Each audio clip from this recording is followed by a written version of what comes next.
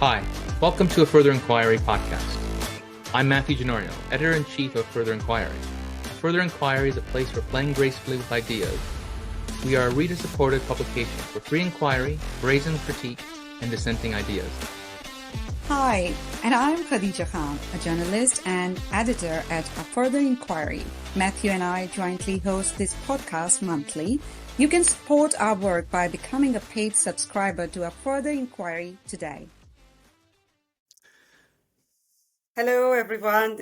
Here we are with another episode of AIFI podcast. And today we have once again Gevriet with us to talk about the results of elections that took place recently in Germany. And we would like to know what are your thoughts on the results? I mean, it's been quite a stir, in German political discourse that people are quite happy that they have very narrowly avoided something unpleasant, in the German parliament taking place, which is AfD. And still they are not very much happy because the fear is that the CDU and SPD, they might repeat the same policies regarding immigration, and perhaps that would help AfD gain more popularity in Germany. So what are your thoughts on that?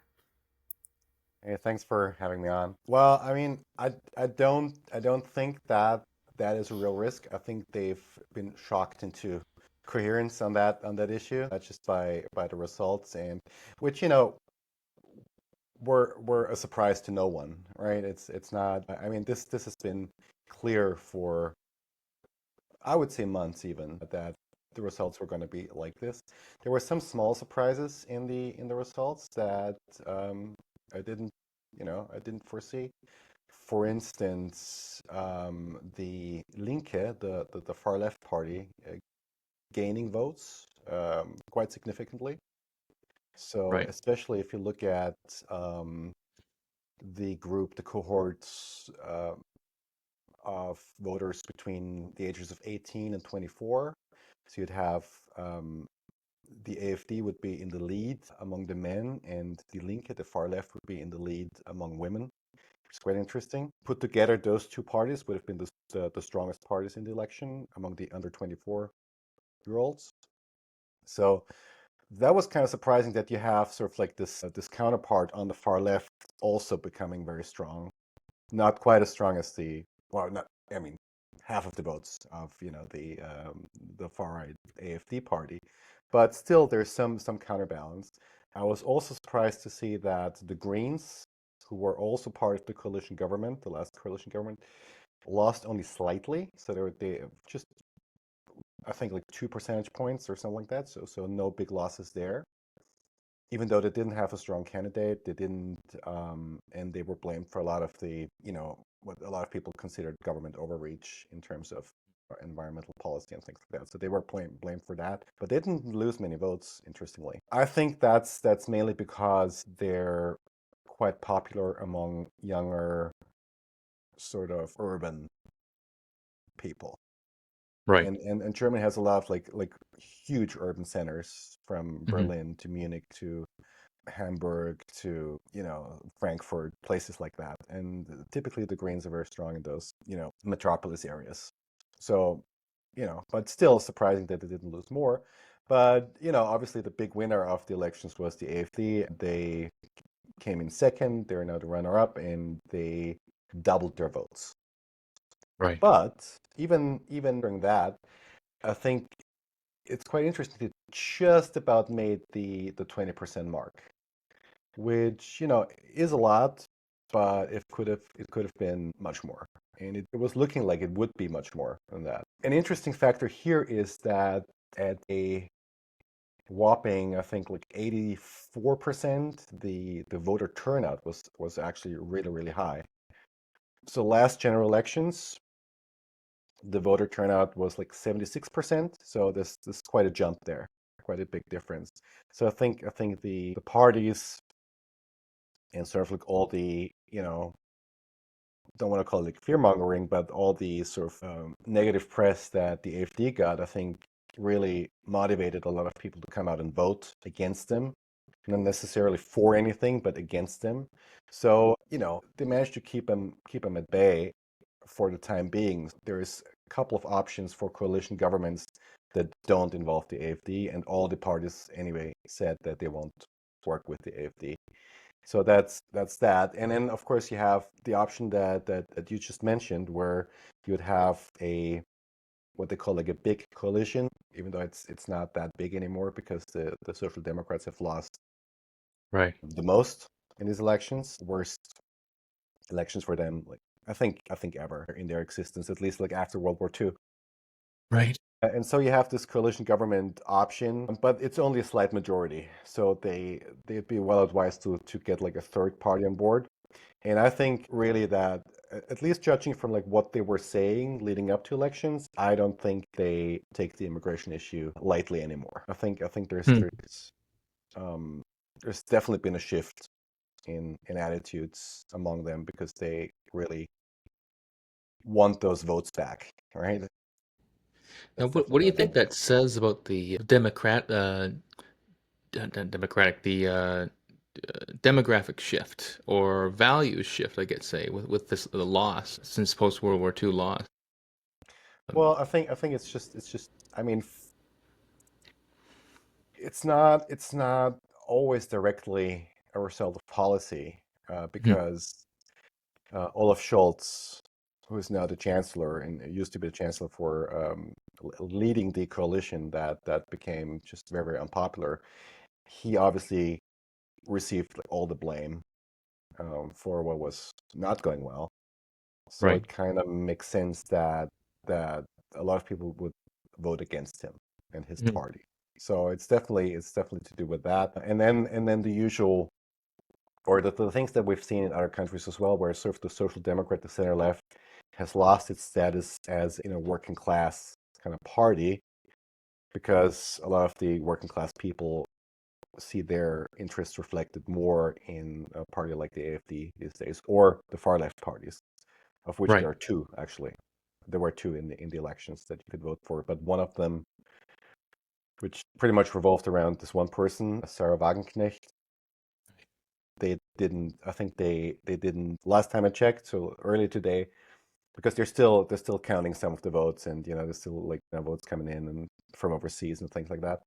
So she didn't make the 5% hurdle that you need to get into government, or to get into parliament, rather, not government, but into parliament, even as an opposition party. So you need like 5% is the minimum of the votes that you need to even be a member of parliament with your party. So she's not a factor really. Again, I'm very surprised about the results for the far left, the Linke party, because they were practically non-existent just a couple of weeks ago, and they had a very strong social media sort of campaign that a lot of it sort of like in opposition to AfD. And that really worked with a lot of young people, especially young women, as I said. So they were the strongest party among young women out of all the parties.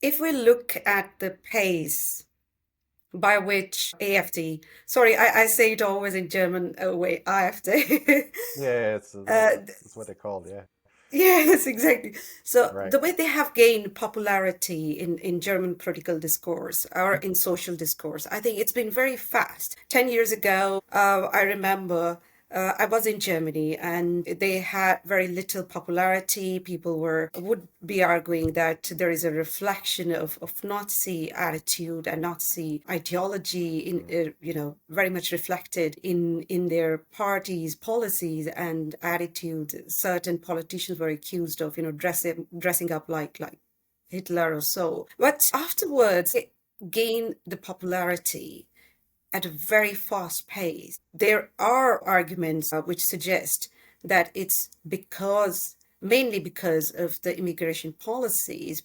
implemented by CDU and SPD. And then there is a crackdown on freedom of speech in Germany, where people have, they have this feeling that their right to free speech has been suppressed in order to counter the far right, as they say, narrative in Germany. So, how do you see that whole scenario? Yeah, it was kind of fast, but I think the curve kind of was kind of flat at first, and then really took up sort of like during the COVID years, pandemic years, and that also coincided with sort of these concerns that you just mentioned about free speech being curtailed or sort of suppressed even coming out of particular movements that were kind of broad, but always leaned kind of right. And the AfD kind of took advantage of that momentum quite well. They knew how to utilize it, and so they gained a lot of popularity and votes throughout. But it's been an upward curve for a long time.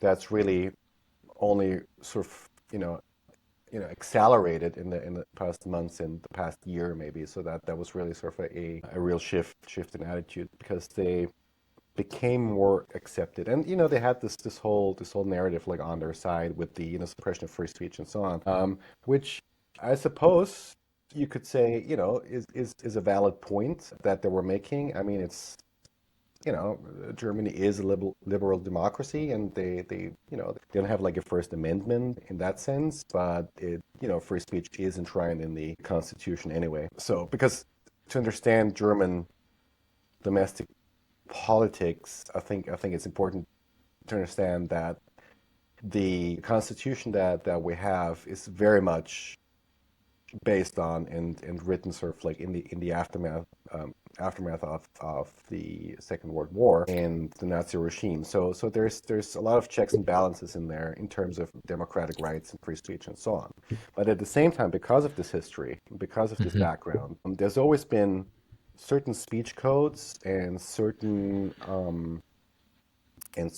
political restrictions built into it that with the idea to prevent the Nazis ever coming back again, right? So that was the idea. So you can't. So it's illegal to say certain things, to deny the Holocaust. It's illegal to show symbols of Nazism displayed in publicly. Certain terms, if you use them, that is sort of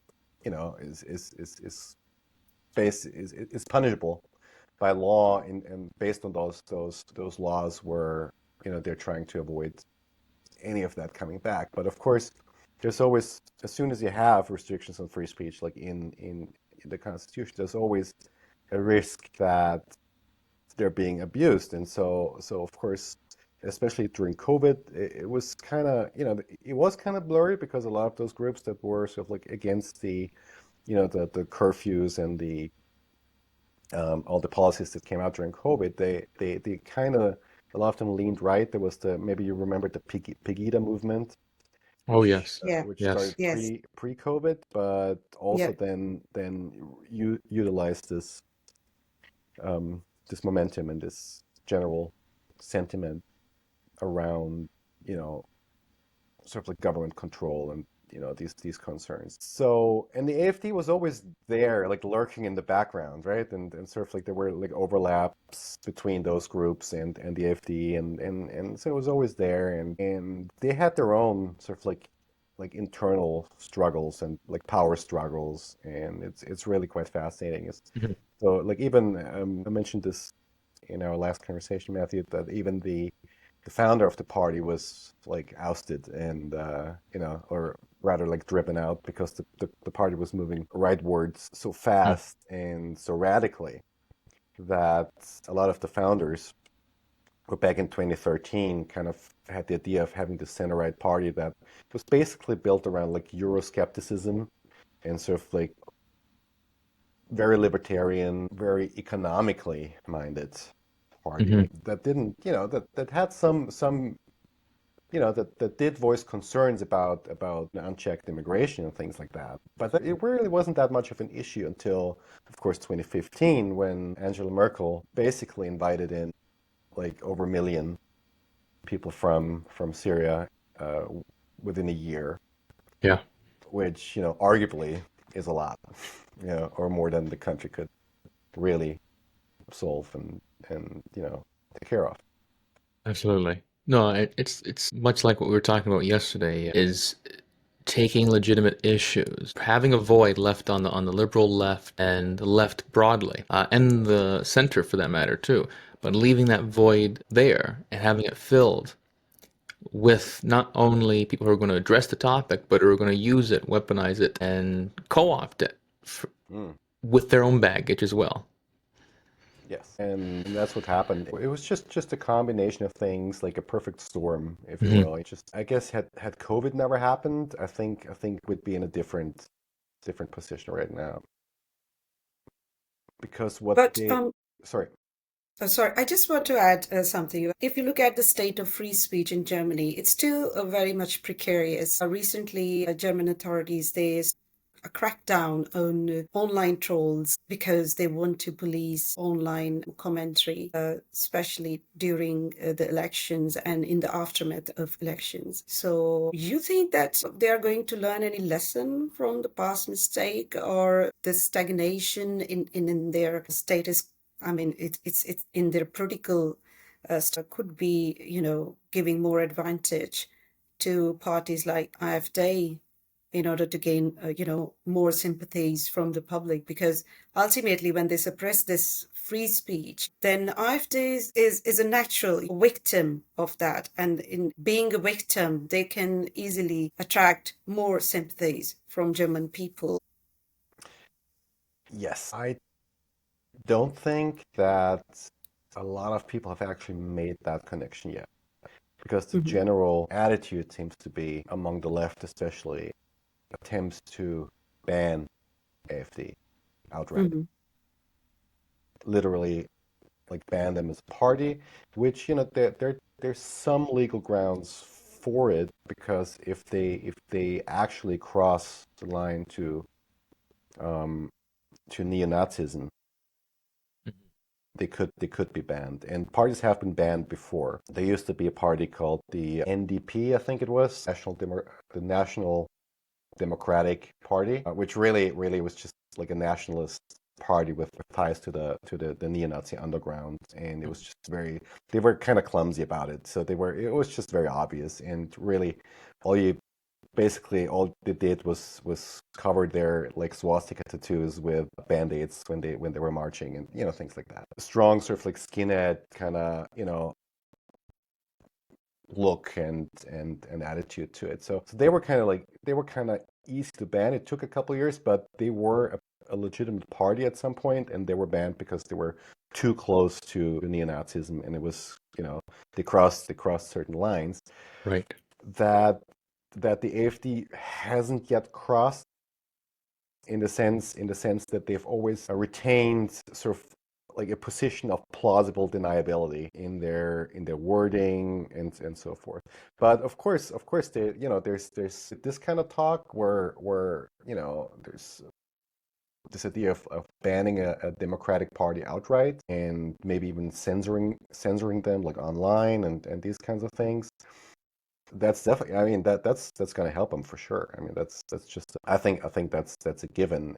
Just by if if you look to the United States, obviously deplatforming Donald Trump for a couple of years on Twitter, and before Elon Musk took over, like that backfired completely. And they Exactly. Exactly. have their own like media empire, that they're building and so on. So I don't think that's a particularly good idea.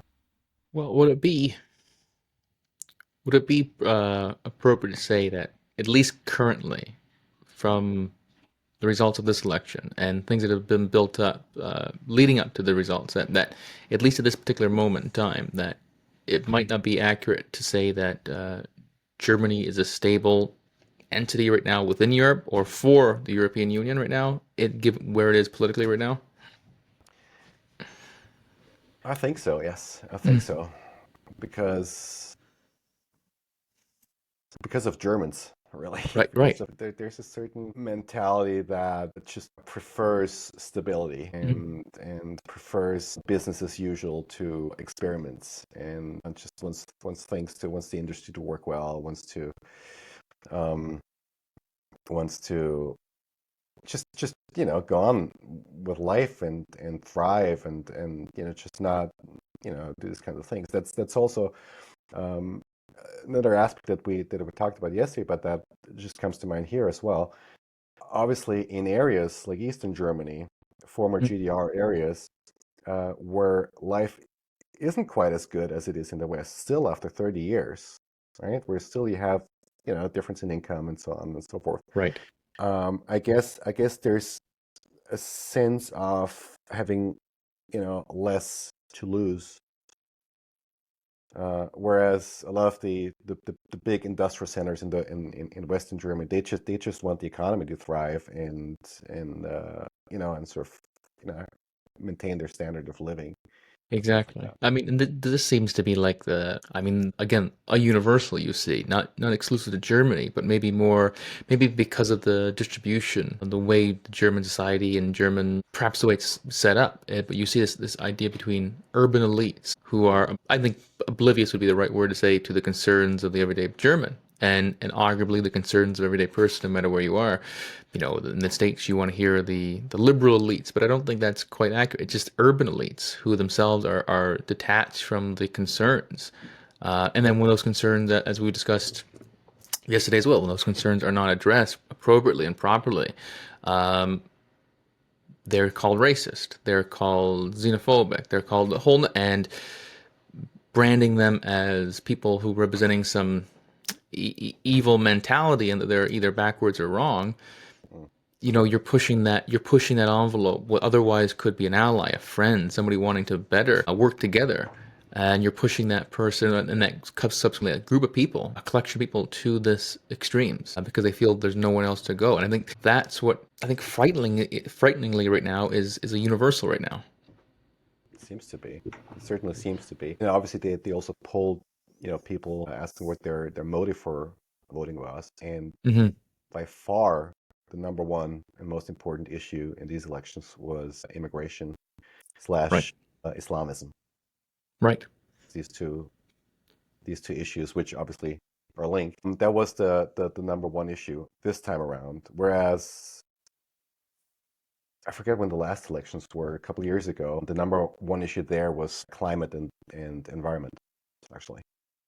Interesting. Yeah, it's quite interesting. So that was the number Interesting. one concern for people. That was sort of, where the climate debate was really at its height, and that was really like one of the issues. Climate change was number one. Absolutely. You had you had a very similar for in Canada, for example. Although after election, there's always a peculiarity within Canadian politics for the most part. Foreign policy is really never discussed. Foreign concerns as they affect domestic quality of life or domestic concerns are never really touched on. It's always somehow dwindled down to programs. Enacting a new program or disregarding a current program. And somehow during the election period, as we are in a leadership race right now, and then a provincial elections right now in Ontario, where I am, it's always watered down. But the dialogue on everyday people is very much the same topic: immigration, the economy. The creation of new jobs, new industry, and the expansion of industry. And those concerns, what some could call in some areas the working class concerns, I think they're just everyday people concerns who are not in that upper urban elite echelon, are dismissed from the primary dialogue on the political level. And I think it's a disservice to the concerns of a nation. Certainly, because you're kind of showing the average voter that they're not being taken seriously, and I Exactly. think that's, and then then a party comes along that focuses on the issues that are not being discussed, and surprise, surprise, it works, right? Yeah. And Absolutely. people don't care about the controversy, don't care about, of course there's members with ties to like neo-Nazi groups in the AfD, and there's Hmm. some dodgy dealings and all kinds of things, and really they, most of the answers they provide are just very simple answers for very complex problems. Hmm.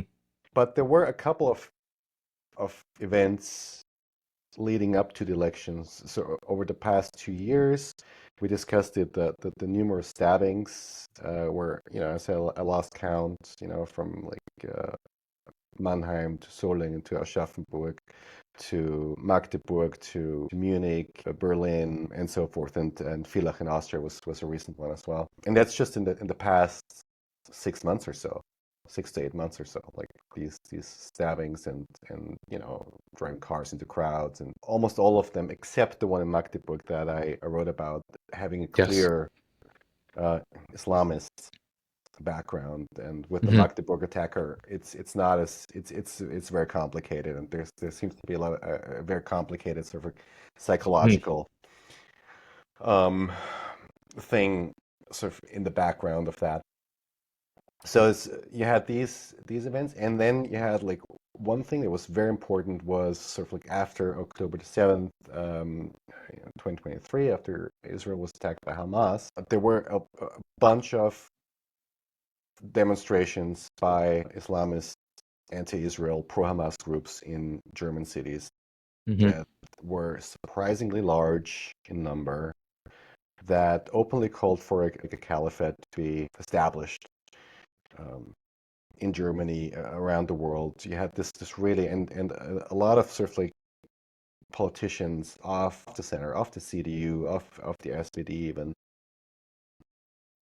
They couldn't look the other way on those issues because of Germany's close ties with Israel and historic relationship with Israel, which of course stems from the Holocaust and so forth. And there's obviously anti-Semitism is a big issue here, and Mm.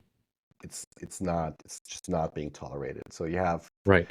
you have a lot of even on the far left in Germany, you have a very strong like pro-Israel sentiment. So there's almost a consensus on that Right. even though there's obviously people criticizing certain policies and whatnot, but there's to deny Israel's right to exist, for instance, that you wouldn't, even like on the far left, you don't hear that very often, which has historical reasons. And so of course when those demonstrations happened starting in 2023 all throughout 2024, and people started linking that display of anti-Semitism and sort of like an outright Islamism to the immigration issue. Even the parties of the center, even the parties of the left couldn't ignore them anymore and had to sort of take the issue seriously. And then what also happened was that at that point there was a different kind of censorship, or if you will, like suppression of free speech happened, because they almost immediately,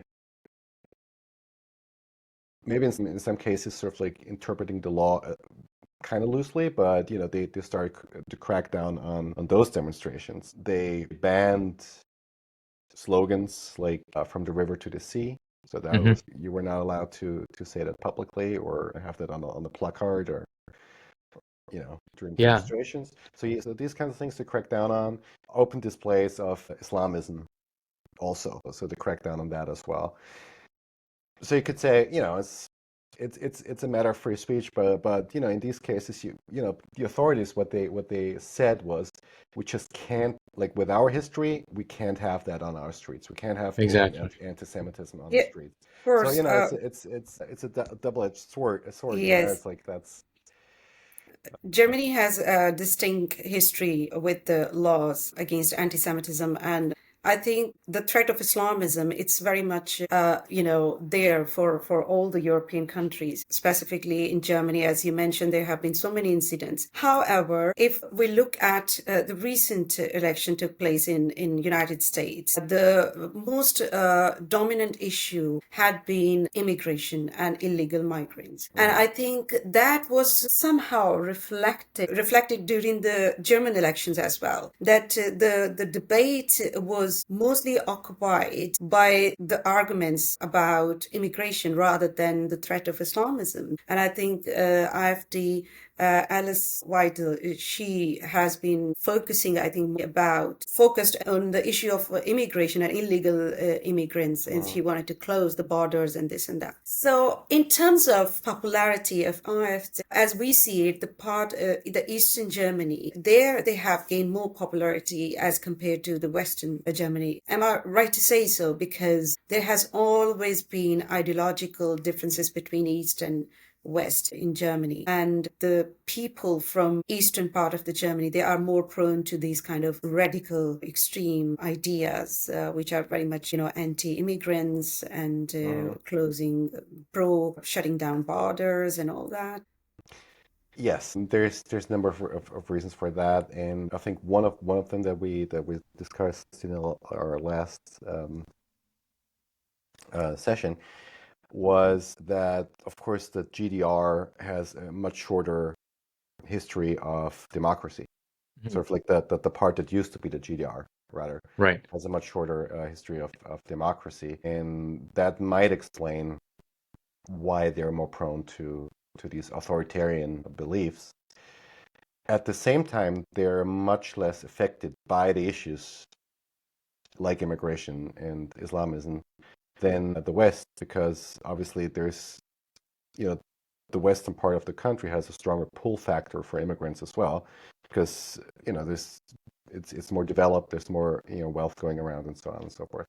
So it's a weird dichotomy there that you have, the small towns over there that are hardly at all affected by immigration, or not to the same degree that other parts are, but they're AfD strongholds, and that just speaks to a general sort of sense of, disillusion and disappointment in liberal democracy, because they were promised when the GDR disbanded and broke apart.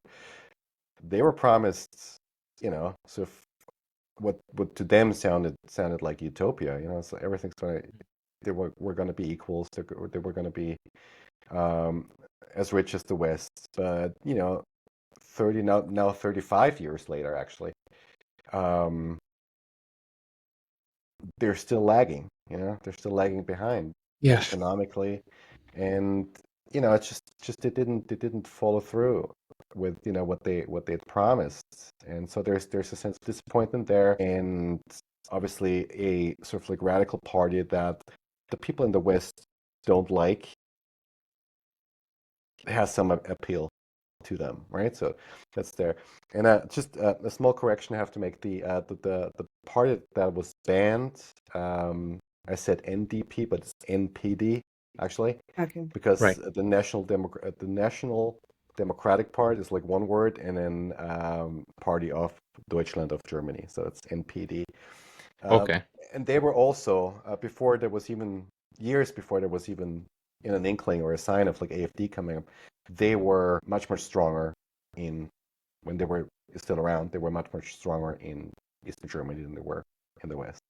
Actually, they hardly existed in the West, whereas in smaller towns in Eastern Germany, they had their strongholds and they had their Right. festivals and kind of like parades and things like that.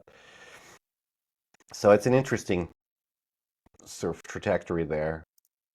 Would it also be fair to say there's also, because of that disdain, I guess would be appropriate to also say, that they have internally, that there is a desire to have resentment, and that resentment is, what we've been promised is not what we've been delivered in this duration of time. So we are somehow going to make sure that you feel our resentment politically. And we have one means of doing this, so we'll do it by the creation of these parties, but also the one vote per person aspect as well.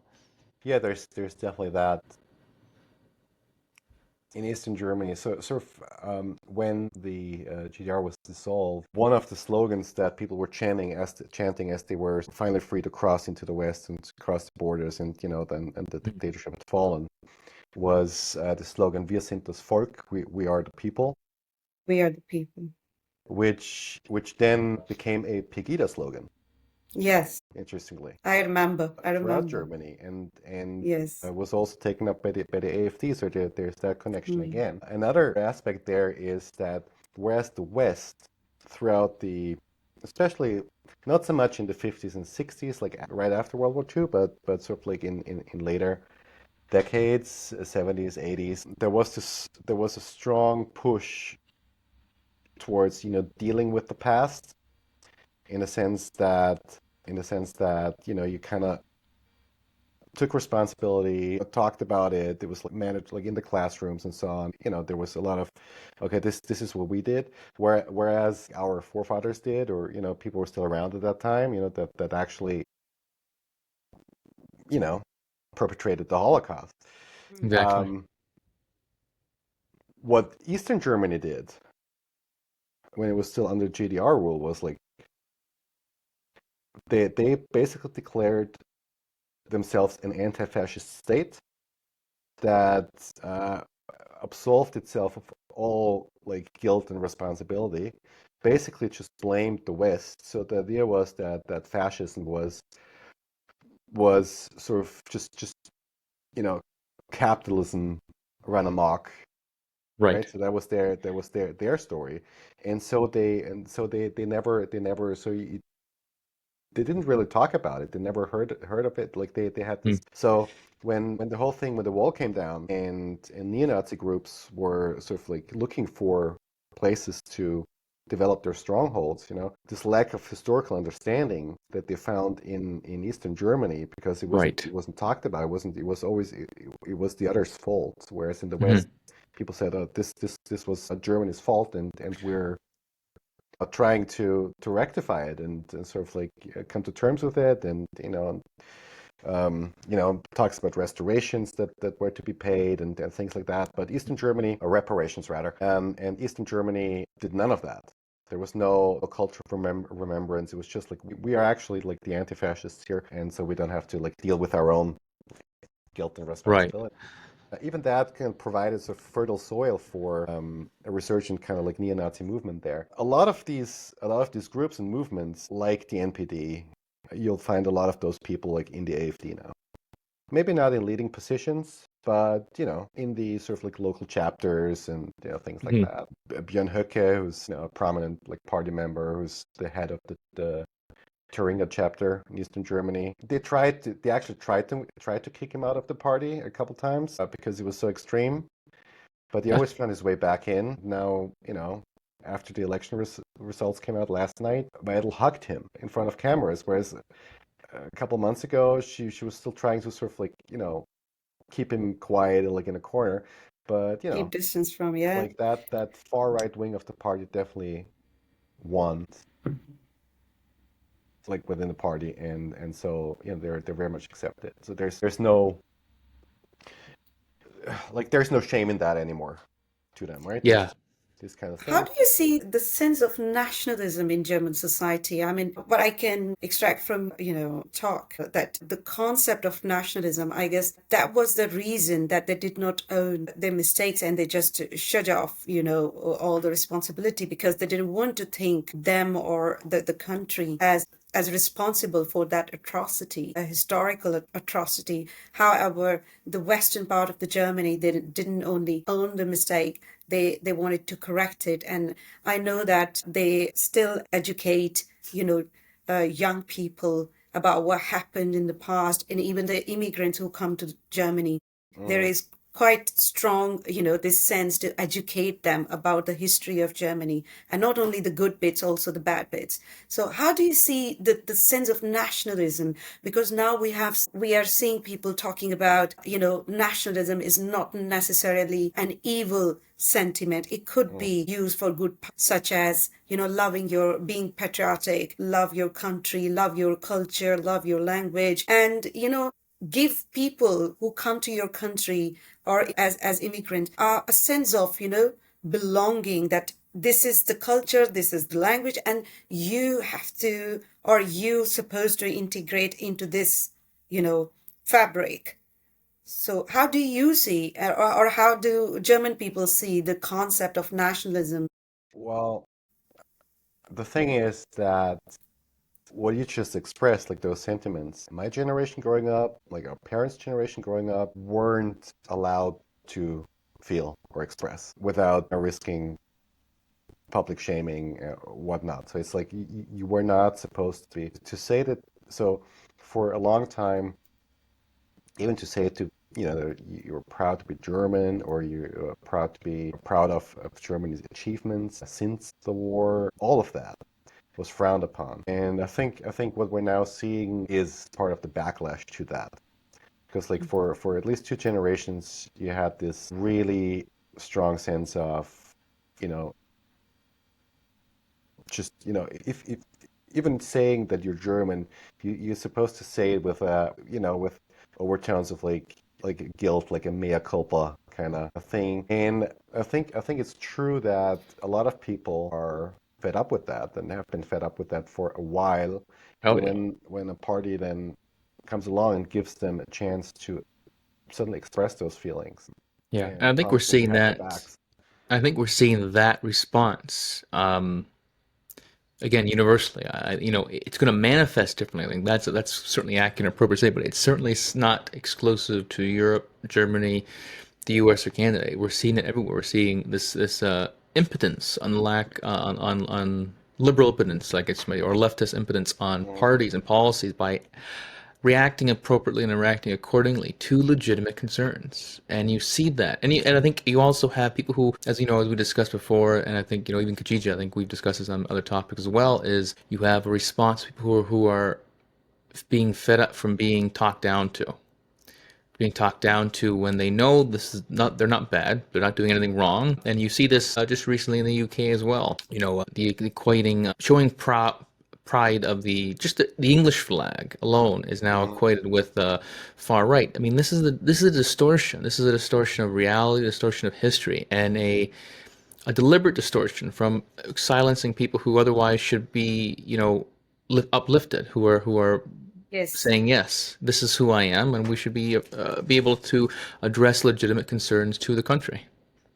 Yeah. It's ironic that we can have a Palestinian flag, a pro-Hamas flag, Mm. IS flag, here in London, you know, hoisted or, in the march during like a protest and in marches.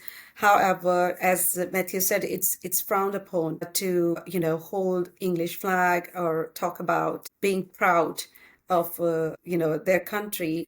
Mm, So for me, it's like there is a legitimate, grievance when people say that they are not allowed to, be proud of who they are in the Western society. Because I have come from a country, it's not a developed country, it's Pakistan, and people there, they are very much stuck in that conservatism, when it comes to religiosity. Nevertheless, people are very much proud of the country, people are very much proud of the history. The good bits are always glorified, the bad bits are always, mitigated in terms of influence. So I always find it interesting that UK, Germany, or other Western countries, I mean, more or less, they have a history which there are bad bits, good bits, and then there is a huge journey from the past to the future to the Enlightenment.